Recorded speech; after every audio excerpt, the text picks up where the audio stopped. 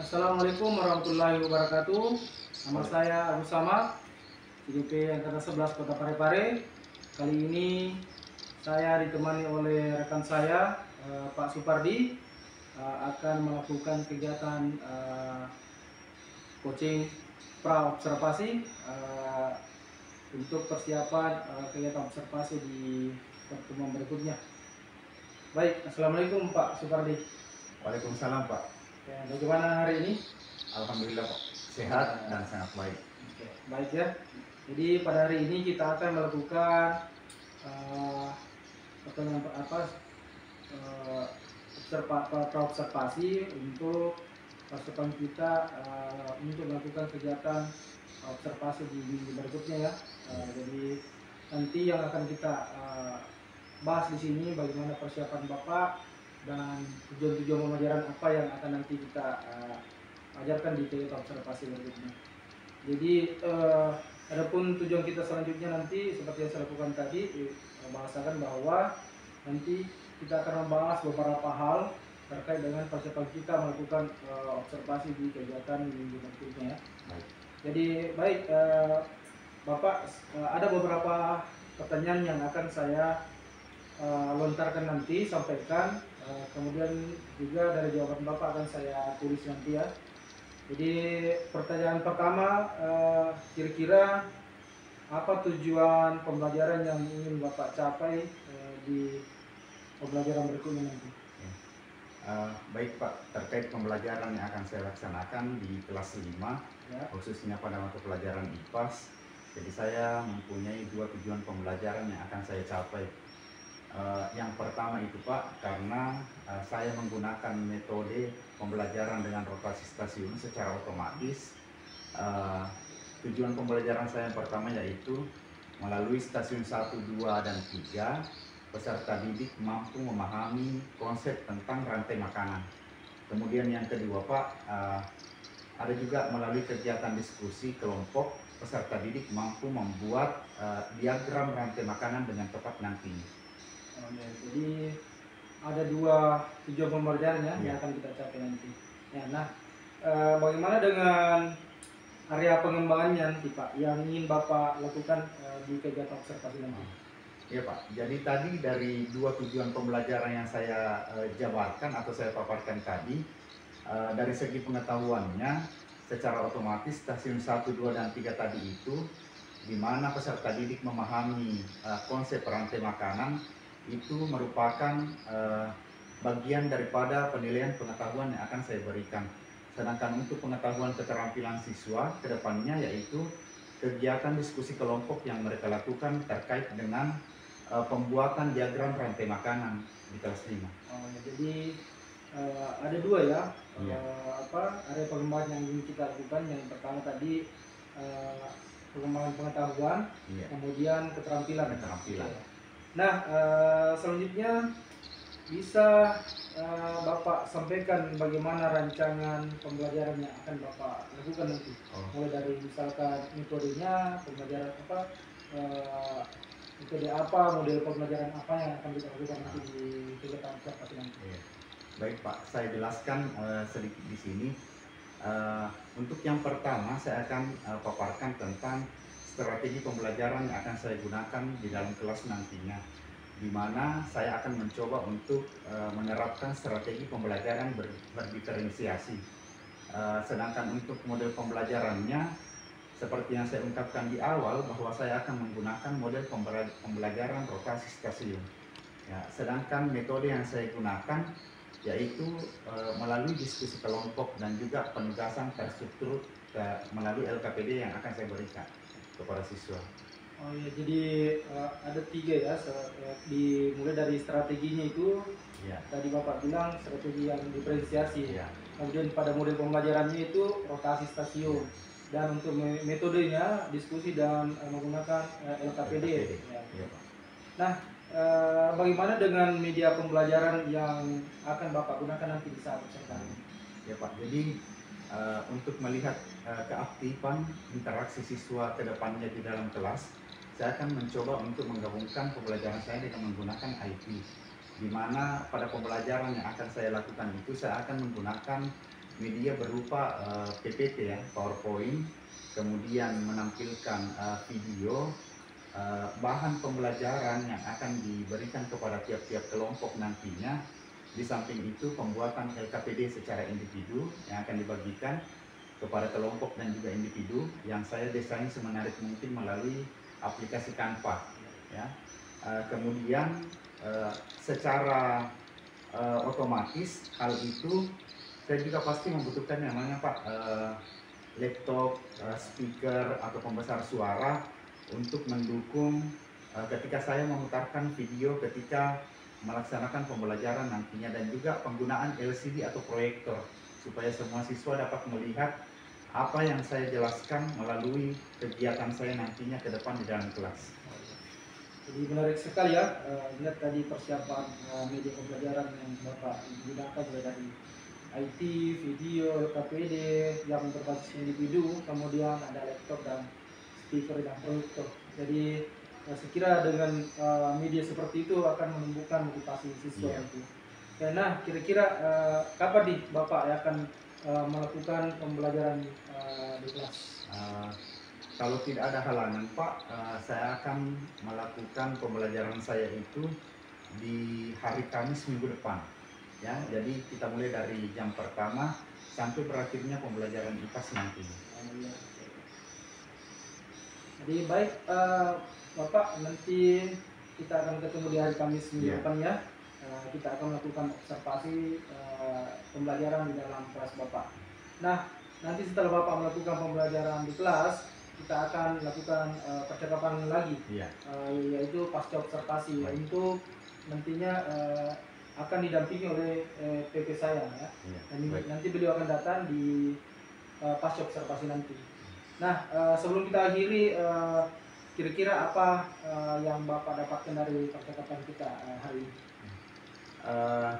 Jadi pada percakapan hari ini Pak, sebelum saya melaksanakan pembelajaran di dalam kelas saya nantinya di mata pelajaran IPAS ini tentang rantai makanan, saya akan mencoba untuk lebih fokus dan lebih mempersiapkan diri saya, terutama untuk penggunaan media-media yang akan saya gunakan ketika mengajar dalam kelas.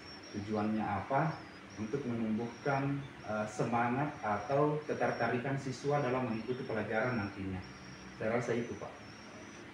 Jadi terima kasih Pak atas waktunya hari ini.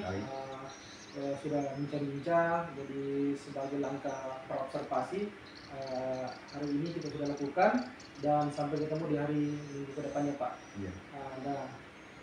Oke, saya ucapkan terima kasih atas waktunya Pak ya. Iya Pak. Nah, demikian percakapan kami pada hari ini. Sampai ketemu di video selanjutnya di kegiatan observasi dan pasca observasi. Assalamualaikum warahmatullahi wabarakatuh. Oke, baik. Assalamualaikum warahmatullahi wabarakatuh. Waalaikumsalam warahmatullahi wabarakatuh. Abdul Rahman Aminuddin. Adik Pak. Oke. Abisar Asirul Asra. Adik Pak. Oke. Bismillahirrahmanirrahim. Anak-anakku sekalian masih ingat pelajaran apa yang sudah kita pelajari tentang IPAS minggu yang lalu? Masih? Apa? Fotosintesis. Ya, jadi betul apa yang dikatakan temannya tadi, bahwa minggu yang lalu kita sudah belajar tentang fotosintesis. Nah, sekarang sebelum kita mulai pembelajaran, kita lakukan ice breaking dulu, ya. Mas. Nah, yang menjadi tujuan pembelajaran kita hari ini yang pertama adalah melalui stasiun 1, 2, dan 3, peserta didik mampu memahami konsep rantai makanan dengan tepat. Jadi kita sudah bagi menjadi 3 kelompok ya. Ada stasiun 1, stasiun 2, dan juga stasiun 3. Kemudian dalam bentuk rantai makanan. Di atas ini ya, yang saya tunjuk itu adalah rantai makanan. Jadi ada yang berfungsi sebagai produsen, ada yang berfungsi sebagai konsumen dan ada juga yang berfungsi sebagai dekomposer. Ya, jadi ada 3 di sini yang akan kita pelajari. Yang pertama adalah produsen. Yang kelompok ini saya bagi. Kelompok 1 itu adalah stasiun 1. Ya, kelompok 2 adalah stasiun 2. Kelompok 3 adalah stasiun 3. Nah, apa sih tugasnya masing-masing stasiun atau kelompok? Jadi, khusus untuk kelompok 1, nanti saya akan bagikan bahan bacaan. Jadi silahkan anak-anakku sekalian baca bacaannya. Kemudian ada pertanyaan dalam bentuk teka-teki silang. Itu yang akan kalian jawab. Khusus untuk kelompok kedua, anak-anakku sekalian akan berdiskusi dengan bahan bacaan yang Bapak berikan, ya, untuk menjawab teka-teki silang yang ada di lembar pertanyaannya. Nah, khusus untuk kelompok 2, saya akan pandu untuk menonton sebuah video. Ya, kelompok ketiga, saya bagikan lembar. Ada yang sudah di print out.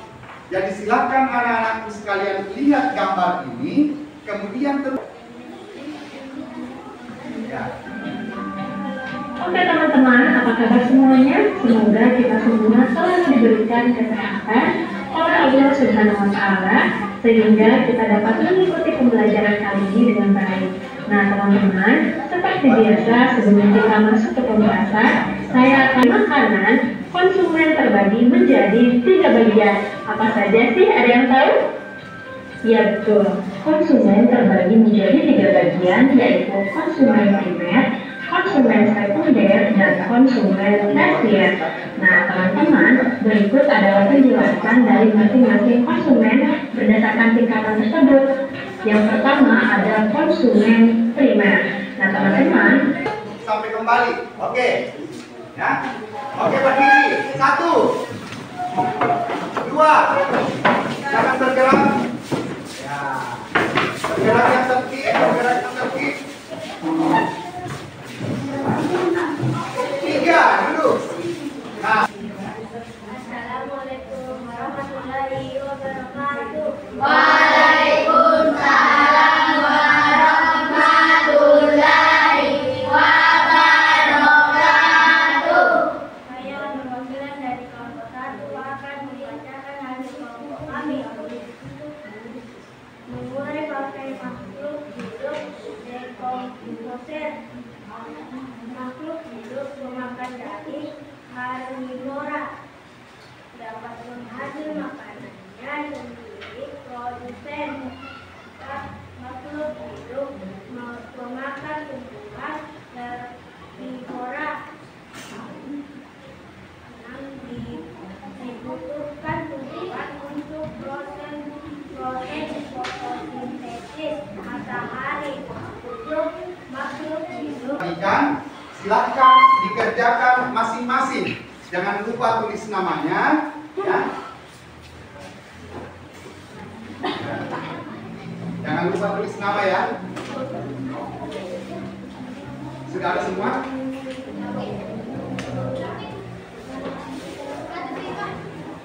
Ya.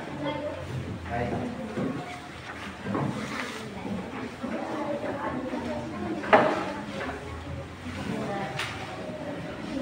Sudah cukup? Ya.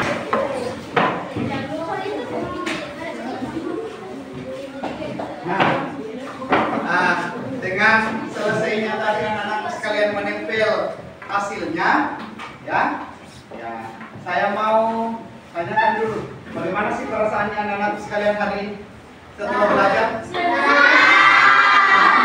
Apakah nanti makanan itu sulit atau tidak? Tidak. Apakah proses yang kita lakukan menyenangkan atau tidak? Menyenangkan. Anak-anak sekalian pelajari di sekolah, utamanya pelajaran kita hari ini, ya. Semoga apa yang anak-anakku sekalian pelajari hari ini bermanfaat untuk kehidupan anak-anakku sekalian, ya. Sebagai penutup, Bapak ucapkan terima kasih atas partisipasinya, ya. Untuk pelajaran selanjutnya kita akan jelaskan kembali pada pertemuan yang akan datang. Ya, demikian pelajaran kita hari ini. Wabillahi taufiq wal hidayah. Wassalamualaikum warahmatullahi wabarakatuh. Waalaikumsalam warahmatullahi wabarakatuh. Assalamualaikum warahmatullahi wabarakatuh.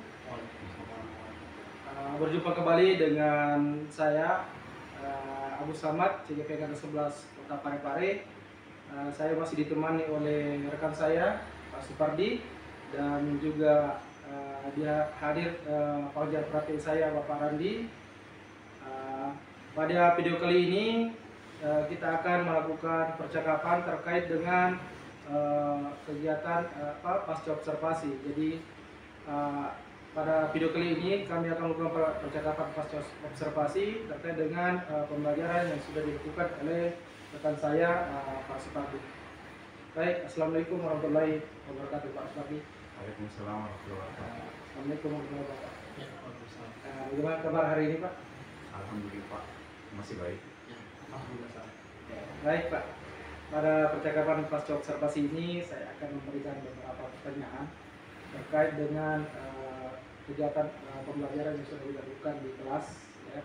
Jadi nanti akan ada beberapa pertanyaan yang saya akan ajukan terkait dengan kegiatan kita yang sudah dilakukan di kelas. Nah, baik, pertanyaan pertama Pak, bagaimana perasaan Bapak ketika melakukan pembelajaran di kelas pada waktu observasi ini?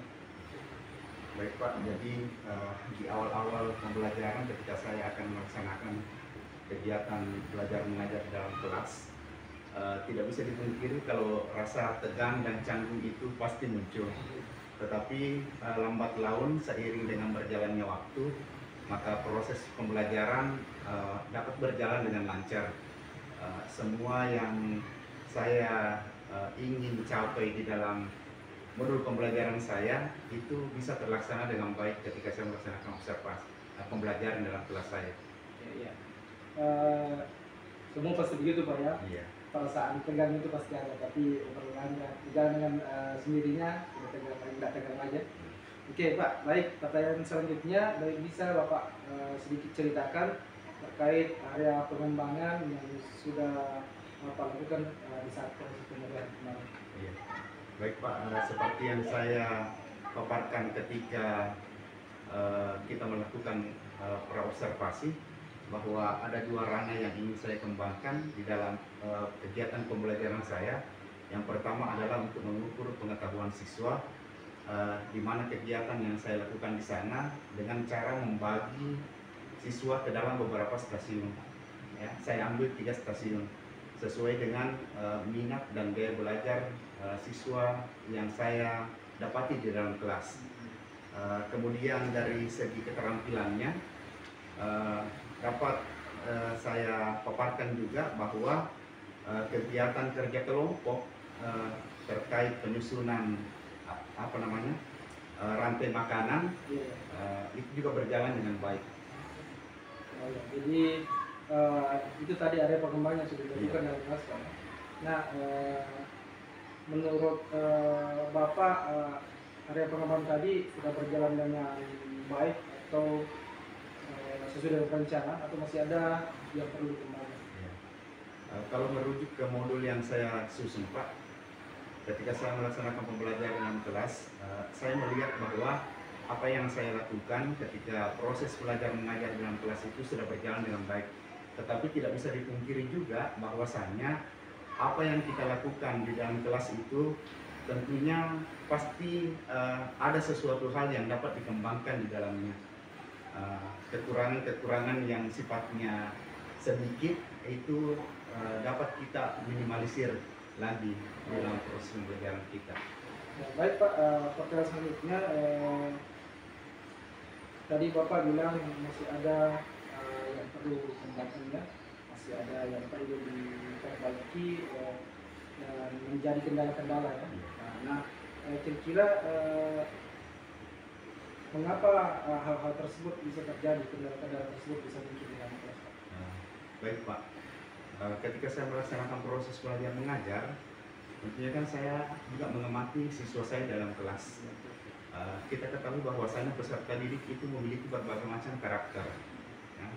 Jadi proses pembelajaran yang kita berikan harus juga merujuk kepada minat dan gaya belajar siswa.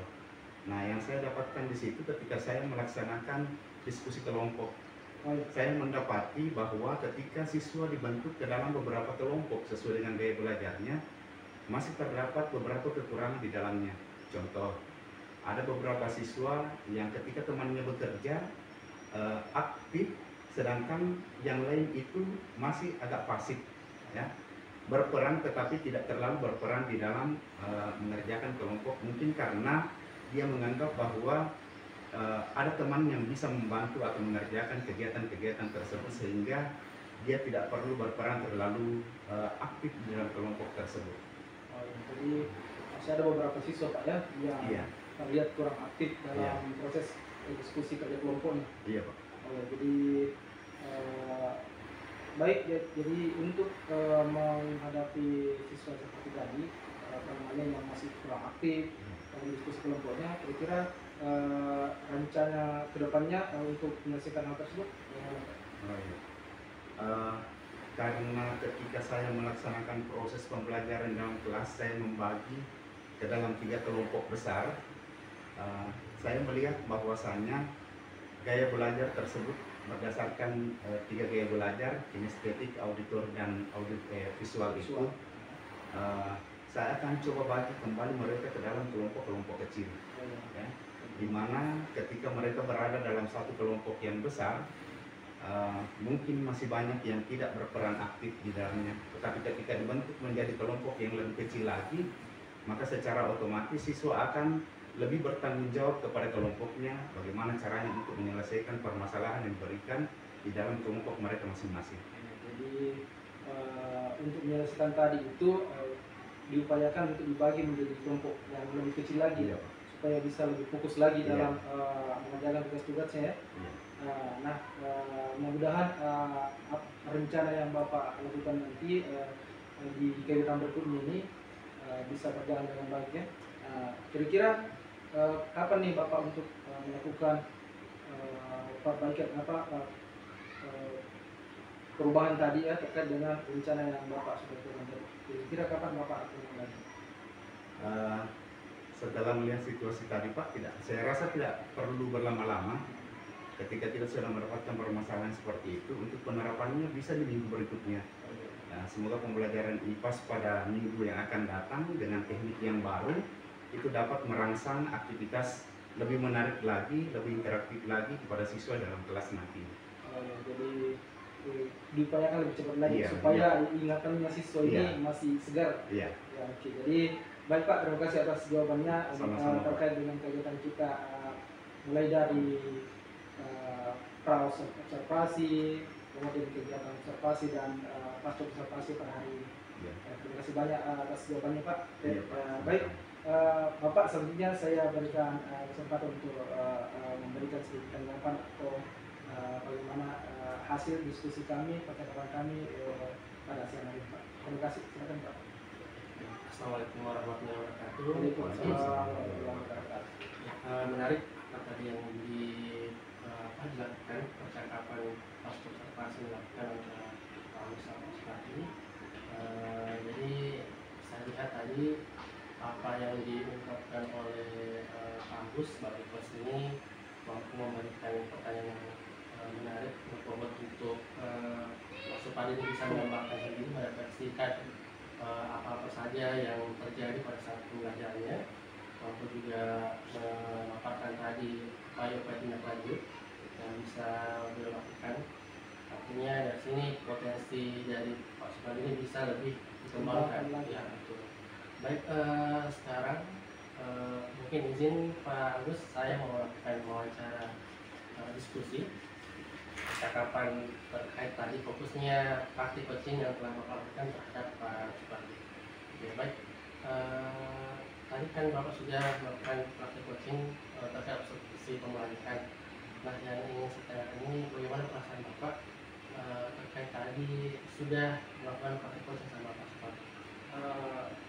Jadi terkait dengan kegiatan praktik coaching ini mulai dari pra Pak kemudian masuk ke kegiatan observasinya dan pasca observasi sekarang ini. Artinya di awal-awal itu saya merasa apakah saya bisa ini memberikan pertanyaan-pertanyaan kepada rekan saya sehingga bisa menimbulkan memancing motivasi pemikiran yang dia punya untuk melakukan merencanakan kegiatan-kegiatan yang akan dilakukan secara sendirinya. Dan alhamdulillah ternyata perjalanan dengan waktu bisa melakukan hal tersebut sehingga kegiatan mulai dari perencanaan yang Bapak seperti tadi bisa dia susun dengan baik, kemudian pada saat kegiatan observasi di kelas juga berlangsung dengan baik sampai hari ini kegiatan pasca observasi juga dilaksanakan dengan baik. Baik, nantinya pernah Bapak mempelajari terkait potensi yang ada pada praktik coaching. Nah, menurut Bapak hal apa saja yang sudah berjalan dengan baik dari praktik coaching yang Bapak lakukan? Praktik coaching yang sudah saya lakukan ini memancing rekan saya dengan memberikan pertanyaan-pertanyaan yang berbeda sehingga dari pertanyaan itu beliau bisa